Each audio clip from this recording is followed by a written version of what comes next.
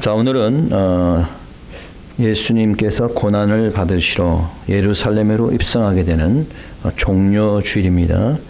그래서 특별히 호산나 다윗의 자손이여 라는 제목으로 말씀을 전하게 되겠습니다. 다윗의 자손은 누굴 얘기하나요?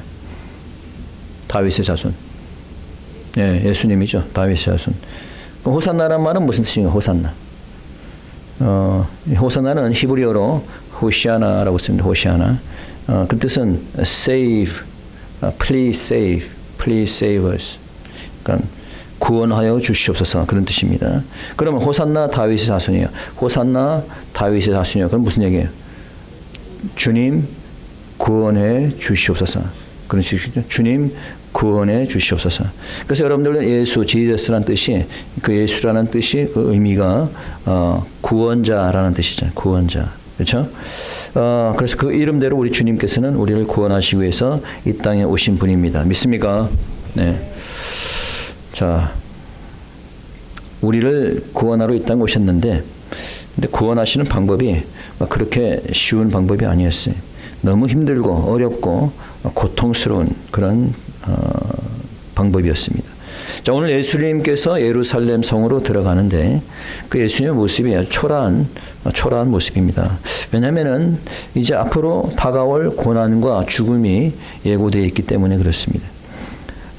여러분들 오늘 읽은 본문을 보게 되면은 예수님께서 이제 벳바기와 베단이 이르렀을 때 일어난 사건입니다. 베단이는 예루살렘에서 약 2마일 정도 떨어진 곳입니다. 그래서 이제 예루살렘 상당히 가까운 곳에 있었을 때 일어난 사건입니다. 자, 주님께서 제자 둘을 보내면서 나귀 새끼를 끌고 와라 라고 얘기했어요. 그럼 한번 다시 한번 읽어보겠습니다. 1절부터 3절까지 한번 읽어보도록 하겠습니다. 1절부터 3절. 다 같이 시작. 저희가 예루살렘에 가까이 와서 감람산 벳박에 이르렀을 때에 예수께서 두 제자를 보내시며 이르시되 너희 맞은편 마을로 가라. 곧 매인 나귀와 나귀 새끼가 함께 있는 것을 보리니 풀어 내게로 끌고 오라. 만일 누가 무슨 말을 하거든 주가 쓰시겠다라. 그리하면 즉시 보내리라 하시니. 자, 제자들에게 이제 보내시면서 이제 그 나귀를 끌고 오라라고 이제 제자들에게 말씀하셨어요. 그래서 이제 주님이 시키는 대로 제자들은 나귀 새끼를 가져왔습니다. 그래서 오늘 먼저 우리가 제자도에 대해서 한번 생각해 보는 거예요. 제자도, discipleship. This is a story of an incident when Jesus and his disciples are close nearby the city of Jerusalem. So Jesus sent his disciples to a town nearby to bring a colt. So in this passage we want to have a few lessons about discipleship. Okay, first, the disciple of Jesus Christ is the one who is sent by the Lord. 자, 첫째 우리가 제자라고 하는 것은 제자는 주님의 보내심을 받은 자다. 주님의 보내심을 받은 자라는 거예요. 여러분도 보내심 받은 사람이죠? 자, 오늘 1절 하단부에 보니까 두 제자를 보내셨다라고 되어 있어요. 두 제자를.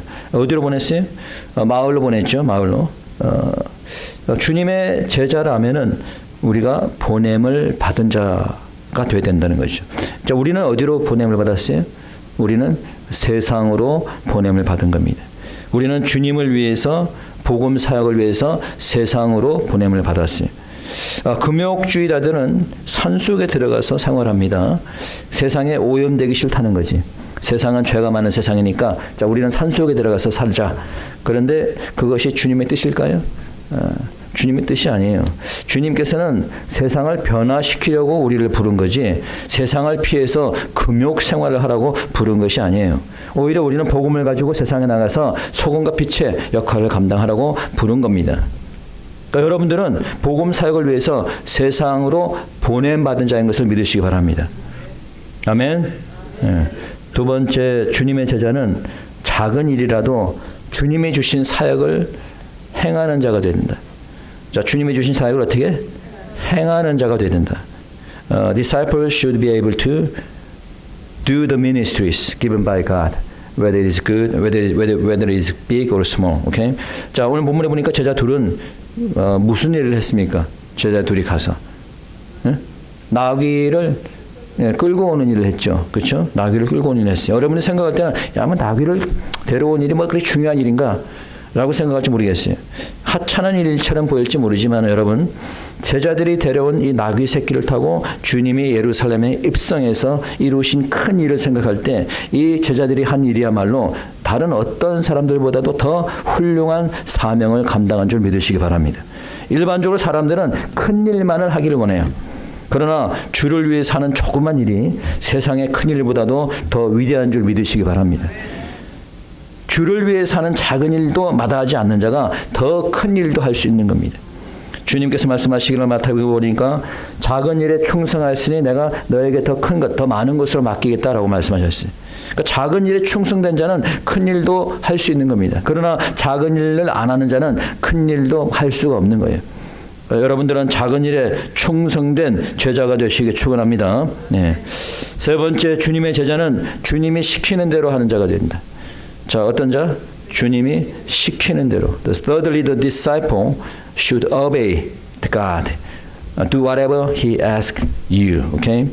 자, 구체적으로 제자들에게 뭐라고 명했을까요? 주님께서. 자, 6절 한번 읽어봅시다. 다시 한번 6절. 다 같이 시작. 제자들이 가서 예수의 명하신 대로 하여. 예수의 명하신 대로 어떻게? 했다는 거예요. 뭘 했어요? 나귀를 끌고 온 거죠. 근데 주님께서 구체적으로 말씀까지 하셨어요. 3절에 보니까 무슨 말을 하거든 주가 쓰시겠다 하라. 그 입에다가 말씀까지 집어넣었어요. 그렇죠? 그러니까 제자들이 가서 그냥 한 게 없어. 주님이 쓰겠다 한다라고 하니까 그냥 나귀를 준 거예요. 그래서 나귀를 데려온 거예요. 주님이 시키는 대로 했어요. 만약에 자기 생각대로 했다면 나귀를 가져오지 못했을 겁니다. 오히려 어떻게 보면 도둑놈으로 몰려갖고 감옥에 갔을지도 몰라요. 그러나 주님이 시키는 대로 하니까 나귀를 문제없이 갖고 올 수 있었어요. 여러분, 주님께서는 하나님께서는 여러분에게 말씀으로 하세요. 성경을 통해서 말씀하시고 또는 설교의 말씀을 통해서 여러분에게 말씀을 합니다. 그 하시는 말씀에 따라서 우리가 행해야 되는 거예요. 내 생각을 첨부하면 안 됩니다. 내 생각을 첨가해서는 안 돼요. 그냥 하나님이 하시는 그 말씀대로 행해야 복을 받는 줄 믿으시기 바랍니다. 네 번째, 주님의 제자는 주님의 길을 예비하는 자가 되어야 돼요. 자, 어떤 자가 되어야 된다? 주님의 길을 예비하는 자가 되어야 된다. The disciples of God should prepare the way for the Lord. Likewise, we also should prepare the way for the second coming of Jesus Christ. 자, 7절 한번 읽어봅시다. 7절.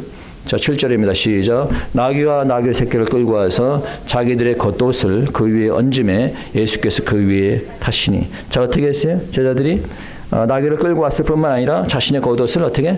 나귀 위에 얹었다. 주님이 편히 타시도록 준비를 한 겁니다. 뿐만 아니라 8절에 보니까 이렇게 되어 있어. 시작. 무리의 대부분은 그 겉옷을 길에 펴며 다른 이는 나무가지를 베어 길에 펴고. 자, 사람들이 자기의 겉옷을 길에다 펼쳤습니다. 그러니까 예루살렘으로 향하는 그 주님의 길을 이 자들이 예비한 겁니다. 여러분, 성경에 나오는 모든 선지자들은 하나님의 길, 예수님의 길을 예비하기 위해서 온 사람들이에요. 뭐 이사야도 그렇고 예레미야도 그렇고 뭐 호세아도 그렇고 다 마찬가지예요. 마지막 선지자 세례 요한도 주님의 길을 예비하기 위해서 오신 분이에요. 우리도 역시 어떻게 해야 돼요? 예비하는 자가 돼요. 우리는 뭘 예비해야 될까요? 주님의 재림을 예비하는 자가 돼야 돼요. 이미 한번 오셨으니까 이제 주님께서 두 번째 오시는 그 재림을 예비하는 자가 돼야 돼요. 주님의 재림할 걸 믿습니까? 네. 그러면 준비를 해야지. 자, 어떻게 우리가 주님의 재림을 예비할까요? 우리가 신앙생활을 열심히 하는 것이 주님의 재림을 예비하는 거예요.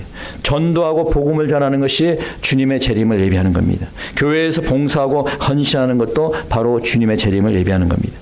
주님의 재림을 예비하는 여러분 되시길 축원합니다. 그러면서 이제 7절부터 9절까지에서는 주님의 입성 장면이 나오는데, So verse 7 to 9, Jesus' entrance to Jerusalem is described. What lessons can you have from this? 오늘 본문에서 나오는 예루살렘의 입성이 주는 교훈이 무엇인가 한번 보겠습니다. 자, 예루살렘의 입성은 천국의 입성을 상징하는 겁니다. 자, 뭘 상징한다? 천국의 입성을 상징한다. 여러분들이 성경 보시면 히브리서 12장 12절에 그러나 너희가 이른 곳은 시온산과 살아계신 하나님의 도성인 하늘의 예루살렘과 천만 천사와 이렇게 되어 있어요. 하늘의 예루살렘은 뭘 얘기해요? 천국을 얘기하는 거예요. 그렇죠? 하나님의 도성, 하늘의 예루살렘, 천국인 겁니다. 그러니까 예수님께서 예루살렘에 입성한 것은 결국은 어디로 입성하는 것을 상징해요?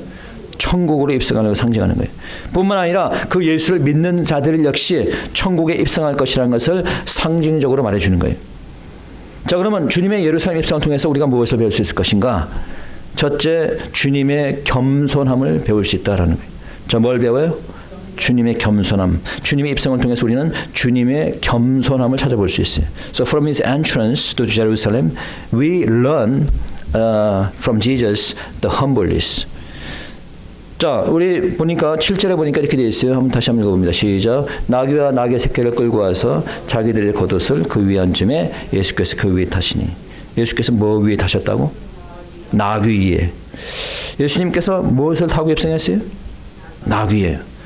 뭐 당시에 높은 사람들은 아주 뭐 좋은 말도 보니까 요즘 비싸더라고. 그게 좋은 말들은 뭐 몇 억 하던데 알아요? 예. 몰라요? 좋은 말들은 몇 억씩 하더라고. 예. 그런 좋은 말도 있고, 뭐 왕과 같은 사람들은 이 그 화려한 마차를 타고 이렇게 올 텐데, 우리 주님은 만왕의 왕이신데도 불구하고 화려한 마차를 탄 것도 아니고 무슨 뭐 좋은 비싼 말을 탄 것도 아니고 그냥 나귀 새끼를 타고 입성하신 거예요. 이것은 뭘 얘기해 주는 거예요? 주님의 겸손함을 보여요. 주님의 겸손함. 5절 한번 읽어봅시다. 시작.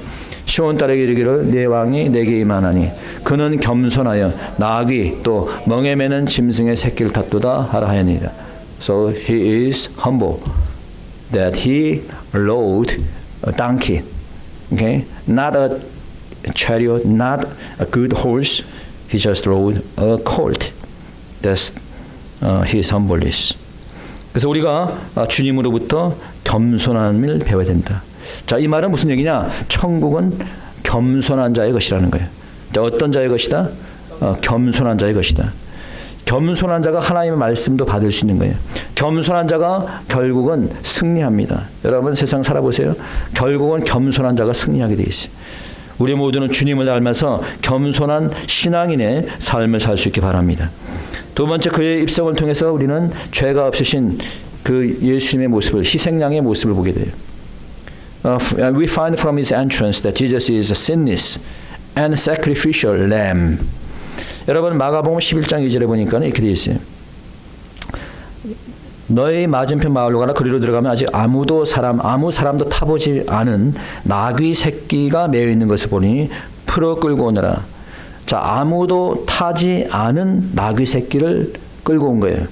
그냥 나귀 새끼를 끌고 온 게 아니라 아무도 타지 않은. 자, 왜 아무도 타지 않은 나귀 새끼를 끌고 오라고 했을까? 왜? 여러분, 예수님은 지금 예루살렘에 들어가는데, 예루살렘에 들어가는 예수님은 무엇이 되기 위해서 들어가는 거예요, 지금? 십자가의 희생 제물이 되기 위해서 들어가는 거예요. 여러분, 희생 제물은 어떻게 해야 돼요? 구약에 보게 되면 희생 제물은 거룩하지 않아요. 그렇죠? 거룩해야 돼요. 그렇죠? 흠이 없는 것을 드려야 됩니다. 여러분들 헌금을 드릴 때 마찬가지인데 흠이 없는 걸 드려야 되는 거예요. 흠이 없는 예물을 드리고, 제물은 흠이 없어야 돼요. 우리 주님은 흠이 없는 제물이 됩니다. 왜? 죄가 없으신 분이니까. 그런데 그런 흠이 없는 분이 죄 많은 인간들이 탄 나귀를 탈 수 있어요, 없어요? 탈 수 없죠. 그러니까 한 번도 타지 않은 그 나귀 새끼를 끌고 오라라고 얘기했다는 거예요. 자, 이 모습을 보면서 우리는 죄가 없으신 예수님의 모습, 그 희생양의 모습을 우리가 알 수 있는 거예요. 우리 주님은 우리를 구원하기 위해서 십자가에서 죄 없는 희생양이 된 거예요. So Jesus Christ became a sacrifice, a blameless sacrifice on the cross to save us. 세 번째, 그의 입성은 고난을 예고하고 있습니다. 자, 뭘 예고하고 있다? 고난을. And thirdly, his entrance foretells his sufferings to come. If you read the following chapters, you find how Jesus was suffered and died. 주님의 입성은 이제 주님의 고난을 예고하고 있는 거예요. 십자가상의 고통이 기다리고 있습니다. 예루살렘에 들어가면은 가롯 유다의 고발로 인해서 로마 병정들에게 잡히게 되고, 이제 빌라도의 법정에 서게 되고, 죄가 없으신 주님이 신문을 받으시고 채찍질 당하시고 결국 십자가상에서 못 박히시고 죽임을 당하시게 됩니다. 따라서 예루살렘 입성은 사실상 고난을 예고하는 겁니다. 자, 이 말은 뭐예요? 고난과 희생이 없이는 여러분 승리도 없다라고 하는 겁니다. 세상의 일도 마찬가지예요. 승리하기 원한다면 고난과 희생을 감수해야 되는 거예요. You must take sufferings and sacrifice in order for you to be victorious. In order for you to win. Okay? 여러분 지금 이란과의 전쟁이 계속되고 있어요. 우리는 뭐 그냥 눈으로 보니까 당연히 미국이 이기고 있구나 뭐 이렇게 생각을 합니다. 근데 미국이 이기는 것이 그냥 이기는 것이 아니에요. 전쟁을 이기기 위한 희생과 고난이 엄청나게 따르고 있습니다. 전쟁 물자만 하더라도 벌써 수십조 원이 들어갔다라고 생각하시면 되는 거예요. 그러니까 뭐 돈이 없는 나라는 감히 미국과 전쟁할 생각을 하지 말아야 돼요. 그렇죠? 근데 물자만 희생이 되는 것이 아니에요. 전쟁을 수행하는 군인들의 희생이 없이는 결코 전쟁에서 승리할 수 없는 겁니다. 무기만 좋다고 승리하는 게 아니에요. 아무리 장비가 좋아도 군인들의 희생과 고난이 없으면 전쟁에 승리할 수 없는 겁니다. 요즘 뭐 한국에서 무기를 잘 만든다 어쩐다 그러는데 뭐 무기를 잘 만들면 뭐합니까? 군인들이 훈련이 잘 돼야지. 안 그래요? 제 말 틀렸나요? 요즘 뭐 사회주의 정부가 들어가서 그런지 모르니까 이게 요즘 보니까 군인들이 훈련을 안 한대. 그 훈련을 안 하면 군인이 왜 필요해? 그 지난번에는 뭐 군인들한테 총 대신에 3단봉을 주라 그랬대. 그러면 아니 휴전소에 3단봉 가지고 총든 북괴든 군하고 싸워서 이길 수 있겠어요? 여론이 들끓으니까 그 말이 사라졌다고 합니다. 여러분 군인들이 없이는 아무리 무기가 좋아도 이길 수가 없는 거예요. 그래서 군인 정신이 중요한 겁니다. 여러분 미국이 잘 싸우는 것은 무기도 좋지만은 군인 정신이 잘 돼 있어요. 훈련을 잘 받습니다. 그들이 희생했으니까 우리가 안전하게 사는 거예요. 여러분 교회도 마찬가지입니다. 희생을 하는 교회가 성장하고 부흥도 하는 거예요. 희생이 없이 교회의 수적 성장이 있을 수 없습니다. 나가서 내가 내 시간을 희생해서 전도해야 되는 거죠. 희생이 없이 교회 건축할 수 없는 겁니다. 내가 시간과 물질을 드려야 되는 거예요. 희생하는 분들이 있었기 때문에 그나마 우리 하은교회가 지금까지 20년 넘게 그나마 작게라도 유지되어 온 겁니다. 왜? 희생하는 분들이 있었기 때문에 그동안에. 여러분 하늘나라의 입성도 마찬가지예요. 천국 가는 것은 우리가 믿음으로 가지만은 그러나 가기 전까지 우리는 어떠한 악한 자들의 핍박도 참고 이겨내야 되는 거예요. 굶어 죽는 한이 있더라도 세상과 타협하지 않아야겠다라는 믿음이 있어야 되는 거예요. 그래야지 나중에 다가올 짐승의 표도 거부할 수 있는 거예요. 여러분 주를 위해서 희생과 헌신을 아끼지 않는 여러분 되시기 축원합니다. 마지막으로 주님의 입성은 승리의 입성입니다. 자, 무슨 입성이다? 승리의 입성이다. Finally, his entrance is the entrance for a victory. Even if his entrance looks humble and shabby, it eventually led to a victory because Jesus was raised from the death. 비록 겉으로는 초라하게 보이는 입성이지만 그러나 그의 입성은 승리의 입성입니다. 오늘 본문에 보니까 군중들이 예수님을 환영하면서 뭘 준비했나요? 8절 한번 봅시다. 다시 한번. 8절. 자, 한번 읽어봅니다. 시작. 우리의 대부분은 그 겉옷을 기대 펴며 다른 이는 나뭇가지를 베어 기대 펴고 뭘 베어서? 나뭇가지를 베었다. 나뭇가지. 자, 요한복음 12장에 보면은 그 나뭇가지가 무슨 나뭇가지냐면은 종려나뭇가지입니다. 종려나무가지. 자, 이 종려나무 palm-tree는 번성한다는 뜻이 있어요. 번성한다. prosper. 또는 승리의 뜻을 갖고 있습니다. victory. 그러니까 종려나무는 뭘 상징해요? 승리를 상징하는 거예요. 그러니까 종려주일은 사실은 승리의 주일인 거예요. 그래서 오늘 본문 제목이 뭐예요? 호산나 다윗의 자손이요 라고 찬양하는 이유가 뭐예요? 왜? 주님께서 이제 승리하실 거라는 거예요. 이제 주님께서 우리를 구원하실 것이라는 걸 예고하는 겁니다. 비록 고난받고 십자가에 돌아가시지만은 그는 죽음과 마귀의 권세를 부수고 결국 부활하셨어요. 그의 부활은 우리에게 구원을 주고 부활의 소망을 준 겁니다. 우리 주님의 예루살렘 입성은 승리의 입성인 것을 믿으시기 바랍니다. 믿으면 아멘. 나머지 안 하는 사람 뭐야? 안 믿는 거예요? 자, 말씀을 정리합니다. 1940년대, 좀 이따, 1940년대 모리슨이라고 하는 선교사 부부가 있었습니다. 이 부부가 약 20년 동안 아프리카 선교 활동을 하고 이제 몸도 안 좋고 해서 은퇴를 하고 고향인 뉴욕으로 가기 위해서 배를 탔습니다. 자, 이 부분은 20년 이상을 선교 사역으로 자기의 전 인생을, 젊은 인생을 선교 사역으로 다 그냥 바친 거예요. 그로 인해서 건강도 아주 악화된 그런 상황이었습니다. 지치고 피곤한 상태로 이제 고향인 뉴욕으로 향하게 되었어요. 근데 마침 자신이 타고 있는 그 배에 그 당시에 대통령이었던 루즈벨트 대통령이 타게 되었습니다. 자, 루즈벨트 대통령은 아프리카 순방을 마치고 이제 돌아가는 중이었어요. 한참 배가 이제 항해를 하다가 드디어 이제 뉴욕 항구에 도착을 하게 됩니다. 자, 뉴욕 항구에 도착하니까 뉴욕 시장을 포함해서 많은 사람들이 나와서 대통령을 맞이하고 군악대가 막 빵빠레를 울리고 경찰들이 바리케이드를 치고 많은 군중들이 막 환호를 합니다. 대통령을. 그런데 어느 누구도 이 선교사 부부를 맞아주는 사람은 없었습니다. 그러니까 두 부부는 이제 내려서 조그만 모텔방 하나에 들어갔어요. 그날 밤 자면서 선교 사람이 아무리 생각해봐도 좀 불공평하다는 그런 좀 느낌이 들었어요. 자신은 20년 넘게 그 하나님 선교 사역을 위해서 그렇게 자신을 희생하고 왔는데 어느 누구 하나도 반기는 사람이 없고, 아프리카에서 그냥 여행 다녀온 대통령은 많은 인파가 나와서 대대적인 환영을 한다라고 생각을 하니까 실망스럽기도 하고 좀 허탈한 느낌이 들었습니다.